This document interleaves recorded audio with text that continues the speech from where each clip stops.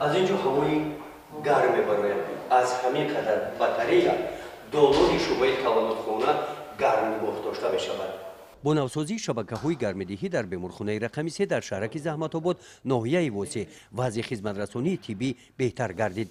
تدبیر مذکور در دوره کارهای ساختمانی بخشیده به استقبال ارزنده از جشن 35 سالگی استقلال دولتی جمهوری تاجیکستان با دستگیری حکومت جمهوری راه اندازی گردیده همراه با شبکه‌های گرمدهی همه دیگر شعبه‌های این بیمارخانه از تعمیر کاپیتالی برآورده شده وضع خدمترسانی طبی به اهالی در سطح خیلی بهتر برآمده شد. کارهای ساختمانی از نوسازی بینای بیمارخانه ماه اوگوست به انجام رسیدند. شعبه تولدخانه بیمارخانه هم از تعمیر جاری برآورده شده، طوری که طبیبان گفتند بعد با تجهیزات‌های نوی طبی مجهز گردانیده شدن در معالجه بیماران کاری آنها خیلی آسان گردیده است. در فصل سرما و این روزهای سرد هوای زمستان به مشکلی همه شعبه‌ها با گرمی تامین می‌باشند. ما از حکومت جمهوری تاجیکستان از وزارت تندرستی حزب اجتماعی تاجیکستان از راهبران همین توبتخانه رقم 3 نهایت می‌ندار هستیم. برای اون می‌ندار است که تمام شرایطات مهیا است در اینجا.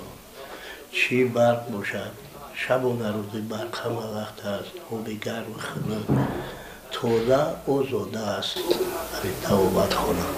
آب بیرون خنک است اینجا گرم برای که چون اتپلی نشون 100% کار میکنه.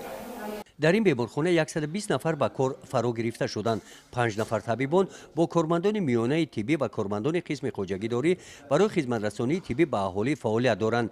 بیمارخانه دارای چلکت خواب بوده. در شعبه‌های تولدخانه، عضوهای درونه و شعبه کودکانه بیماران به طبابت فرا گرفته شدند. اینجا با مقصد ترغیب طرز حیات سالم، چاره‌های پیشگیری بیماری‌های سرایتی، سالم و بردم نگاه داشتن جسم و تن و روح سالم آویزه‌های گوناگون نصب گردیدند که دقت هر بیننده را در انتخاب طرز حیات سالم به خود جلب می‌سازند. در موسم فصل سرما گرم نگاه داشتن حجره‌های بیمارخانه و رسانیدن خدمت رسانی با صفت طبی در مرکز توجه رهبریت بیمارخانه قرار دارد. بیمارخانه رقمی 3 جماعت شهرک زحمت‌آباد ناحیه وسه خب سال 2016 از طرف صاحبکاران وطنی و اینچنین از طرف خواجگی دهقانی فیض سید ساخته شده است. امروزها با جماعت شهرک و دهه‌های گرد اطراف خدمت می‌رساند.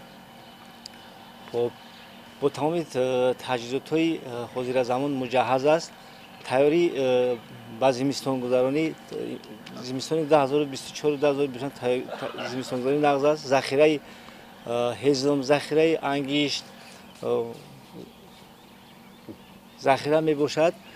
خب همه حجره ها گرم، خب بیماران از گرمی شکایت ندارند. خب این سال با دستگیری حکومت جمهوری تاجیکستان با دستگیری وزارت تندرستی بیمارخانه با یک برگه از تعمیر کاپیتالی برآورده شد. خب طبیبان همه شب و روز در خدمت مردم می باشند. این شب و روزهای فصل زمستان بوخانه بیمارخانه فعال می باشد. این نقطه بیمارخانه را با گرمی و آب گرم تامین می نماید.